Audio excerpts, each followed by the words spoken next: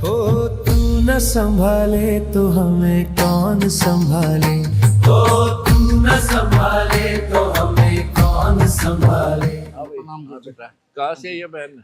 पटियाला से। डॉक्टर नवजोत कौर सिद्धू वाह, पटियाला से अच्छा अच्छा, नेता है अब तो। नहीं। नहीं, भगत है। हाँ। गोवाए गुरु की भगत है।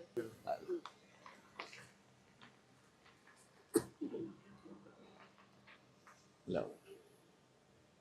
आपका स्वागत करते हैं यहाँ पहुंचने पर। आपने हमारा मनोबल बढ़ाया, हिम्मत बढ़ाई। ऐसे देवी के स्वरूप आपका, तो यहाँ आने पर हमें बड़ी खुशी होती है। हाँ जी। मुझे तो आपके पास जेल आना था, फिर भगवान जी ने मेरी सुन ली, आपको बाहर बुला दिया। आपकी दुआएं ले आई मेरे को बाहर।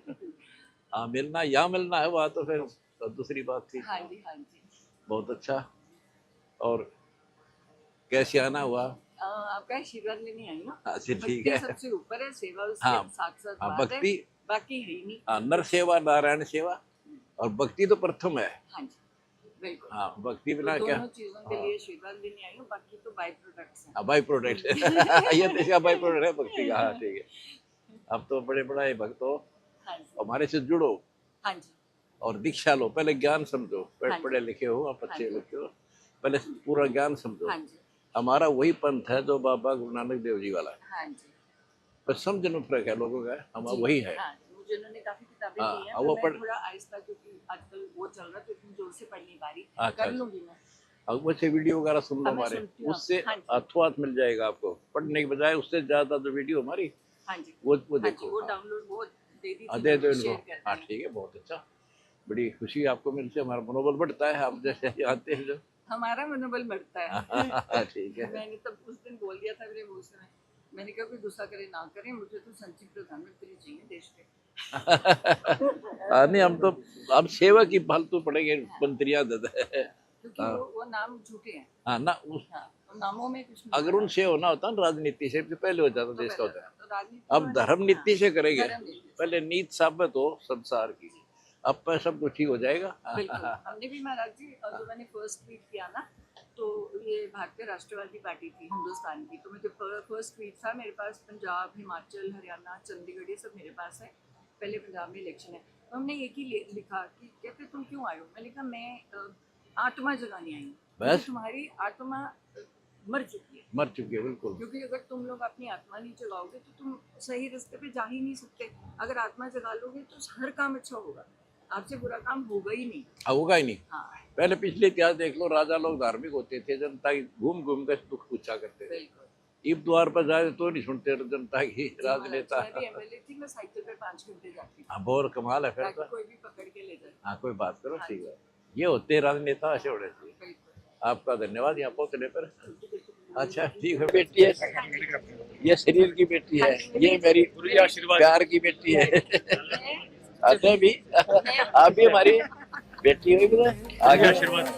तू न संभाले तो हमें कौन संभाले, हे तू न संभाले तो हमें कौन संभाले।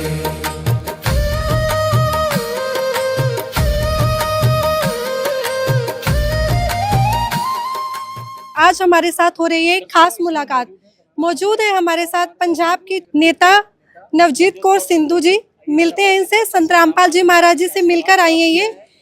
संत रामपाल जी महाराज जी 11 साल बाद जेल से बाहर आए हैं। जेल में रहने के बावजूद भी उन्होंने इतने अनेक कार्य किए जिनसे प्रभावित होकर आज ये पंजाब से पहुंची हैं संत रामपाल जी महाराज जी से मिलने। तो चलिए बात करते हैं, कैसा लगा इनको संत रामपाल जी महाराज जी से मिलकर।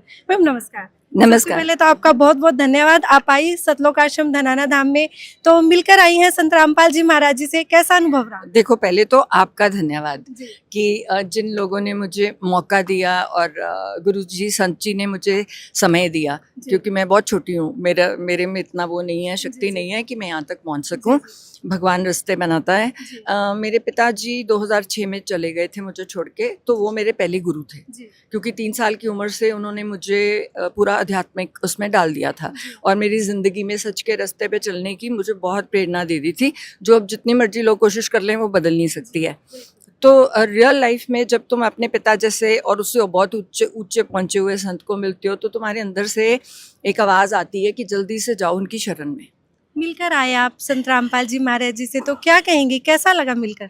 मैंने कहा पिता को मिल गए, भगवान को मिल लिए और बहुत बड़ी प्रेरणा ली है सेवा की। मैं तो कह रही हूँ क्योंकि ये सबसे ऊपर भक्ति, उसके बाद सेवा, सेल्फलेस सेवा।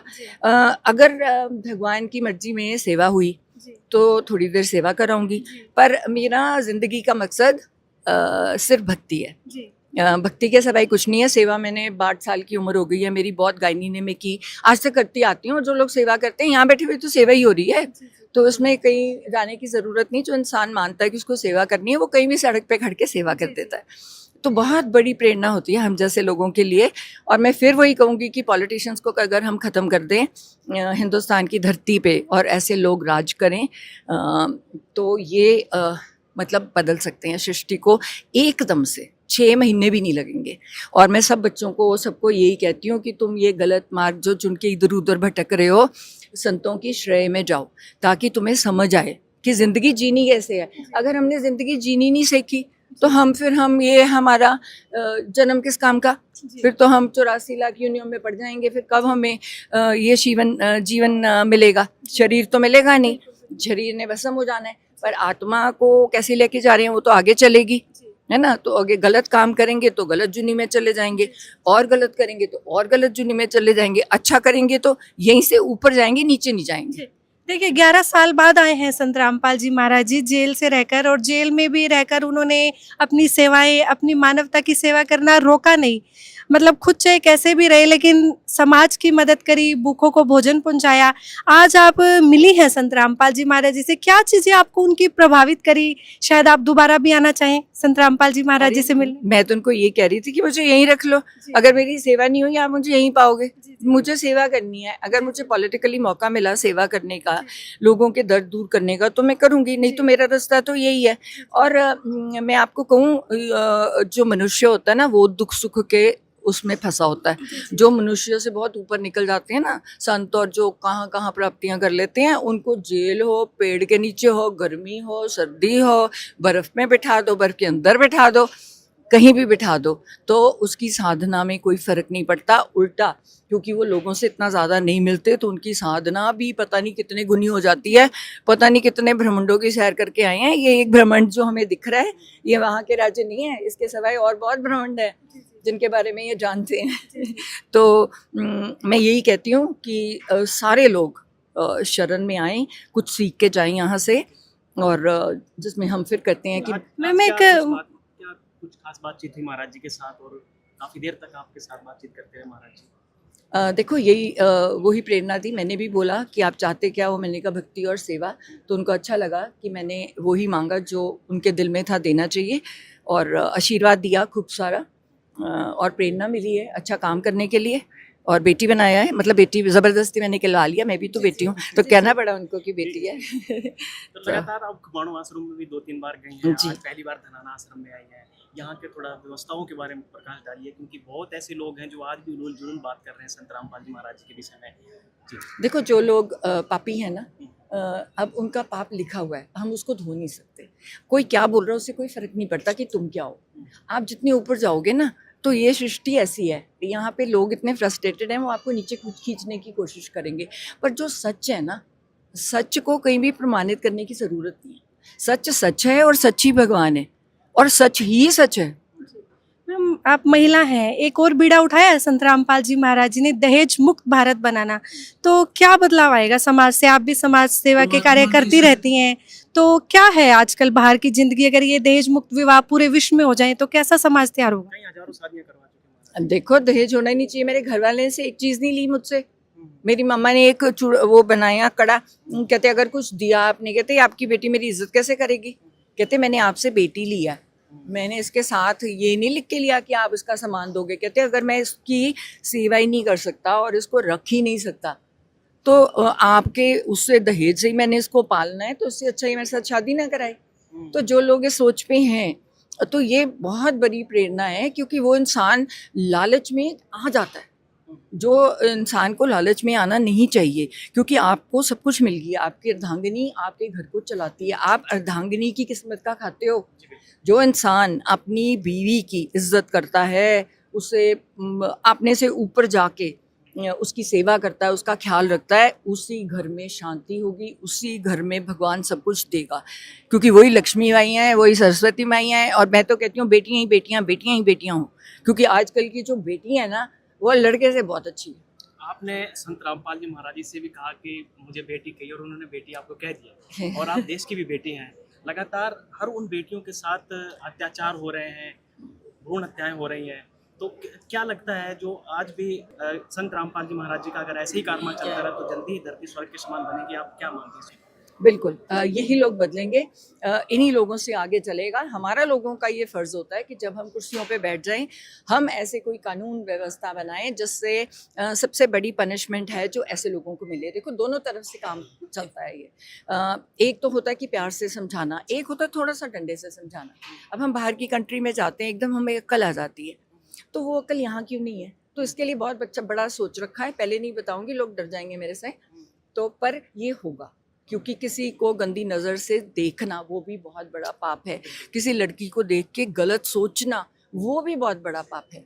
मतलब आगे करना तो खैर बहुत ही बड़ा पाप है। जब किसी इंसान को ये समझाया गया कि ये तू सीधा नर्क का रास्ता खोल रहा है, और नर्क ऐसा होता है। मैम, आप पेशे से डॉक्टर भी हैं, और डॉक्टर जो होता है उसकी एक ही भाषा होती है कि जो भी होता है मेडिकल साइंस करती है, भगवान नहीं होता है। लेकिन यहाँ पर बहुत ऐसे उदाहरण हैं, अगर गिनती की जाए तो मेरे हिसाब से तो हज़ार तो नहीं लाखों उदाहरण ऐसे हैं, क्योंकि करोड़ों की संगत है संत रामपाल जी महाराज जी की, जिनके लाइलाज बीमारी जैसे कैंसर हो गया, एड्स जैसी ठीक हुई है। तो क्या मानती हैं, डॉक्टर हैं आप, थोड़ा कुछ संत रामपाल जी महाराज जी के विषय में क्या मानती हैं? डॉक्टर एक जरिया है, डॉक्टर भगवान नहीं है, डॉक्टर हीलर नहीं है।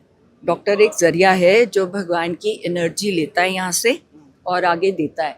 अगर वो अपने आप में मैं ले आई, मैं ठीक कर रहा हूँ, तो वो गलत है, वहीं आपकी एनर्जी ब्लॉक हो जाती है। और जो इस बात को याद रखे कि भगवान ने तुझे चुन के, अपने खास बंदों में चुन के तुझे सेवा के लिए डाला है, पर ये वाला हाथ और ये वाला हाथ भूलना चाहिए। क्योंकि जब भी बड़ा वो खुश होके कहते थे ना, आज यार 3 बच्चे थे, मैंने कर लिया, अगले दिन ऐसा चपेड़ा पड़ता था ना, फिर वहाँ कहना पड़ता था, ये भगवान भगवान तू ये बचा ले बचा ले बचा ले बचा ले।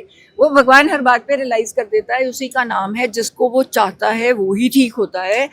तुम एक जरिया हो, तो जो जरिया भी भगवान ने भेजा है कि जिसकी लिखी होती है, हम उसमें एक दान कर देते हैं, थोड़ा सा हमारा हल्का सा हो जाता है कि हम उसमें अपना योगदान डाली। मैम, मेरा ये प्रश्न रहेगा कि आप एक नेत्री भी हैं, और जैसे कि संत रामपाल जी महाराज जी ने अन्नपूर्णा मुहिम चलाई है, नारा दिया है रोटी कपड़ा शिक्षा चिकित्सा और मकान, उसके साथ बाढ़ राज सेवा अभियान, और अब जो चलाया है जो किसान और मजदूर बचाओ अभियान, यानी ये सारे अभियान चलाकर संत रामपाल जी महाराज सत्युग जैसा माहौल बनाना चाहते हैं। आपको लगता है कि नेताओं की भी सहायता कर रहे हैं संत रामपाल जी महाराज, अर्थात राजा और प्रजा दोनों की मदद कर रहे हैं? मैं तो भी यही कह के हटी हूँ कि जितने उधर नेता आए हैं, जिनको मेरे साथ लड़ना पड़ेगा, जिनको मैंने कहा है कि ये मेरी नेतागिरी नहीं है, इस बार मेरी एक स्पिरिचुअल रेवोल्यूशन है, जहाँ मैं चाह रही हूँ कि हर इंसान अपनी आत्मा को जगाए। और जिनकी अभी जागी नहीं हुई है, तो मैंने पहले ही कह रही हूँ कि ट्रकों बसों भेज के यहाँ भेज देंगे। जब संत जी क्लियर कर देंगे कि ये बंदे अब हो गए हैं, उनको हम वापस ले जाएंगे। क्योंकि वैसे भेड़िए जो ऐसी सीटों पर बैठ जाते हैं, उनका नुकसान है। देखो, भगवान के लिए अपने सारे बच्चे बराबर हैं, और भगवान चाहता है कि कल का भूला भी आज भूल मान के आ जाए, तो मैं तो उसी को तथास्तु ठीक कर दूंगा। तो मैं भी यही चाह रही हूँ कि जो लोग भी पॉलिटिक्स में आए हैं, सेवा भाव से आए हैं, पर गलत रास्ते पे चल पड़े, अगर वो मार्गदर्शन ले लें। पहले राजा महाराजा कैसे राज करते थे? ब्राह्मण बैठते थे, उनसे बहुत कुछ करवाते थे, है ना? हाँ, संत भी रहते थे, उनकी सुनते थे। आज कहाँ है? हाँ, जब तक तुम किसी संत की शरण में नहीं जाते, तब तक तुम सेवा नहीं कर सकते, क्योंकि उसके बीच में कहीं ना कहीं कोई ना कोई लालच या कोई ना कोई जबरदस्ती तुम्हारे मन में आ जाता है। पर जब तुम यहाँ आते हो ना, तुम्हारा दिमाग खुल जाता है कि नहीं, मुझे कोई कॉम्प्रोमाइज़ नहीं करना, क्योंकि मुझे भगवान ने चुन के यहाँ भेजा है। मुझे लोगों को इंसाफ देना है, भूखों को खाना खिलाना है, जो बेजुबान जानवर है उनकी रक्षा करनी है, क्योंकि मुझे चुना गया उनके लिए कि हर इंसान के मुंह पे खुशी लेके आनी है, उसके घर में अन्न होना चाहिए, ऊपर छत होनी चाहिए, उसका काम चलना चाहिए। कब तक हम भेड़ियों की तरह लोगों की उस पे जेबों पे मारते रहेंगे डाके, है ना? फिर तो हम डकैत बनेंगे। तो आप जो करेंगे, देखो मैं हमेशा कहती हूँ कि एक मंत्री बन जाते हैं, मैं भी मंत्री रही, हम लोगों से पैसा लेते हैं काम करने के लिए, तो इसका मतलब क्या है? जो बंदा पैसे मांगता है वो कौन होता है? भिखारी, तो भगवान कहेगा मैंने तो कुर्सी दी, मैंने तो मंत्री बनाया और तूने क्या चुना?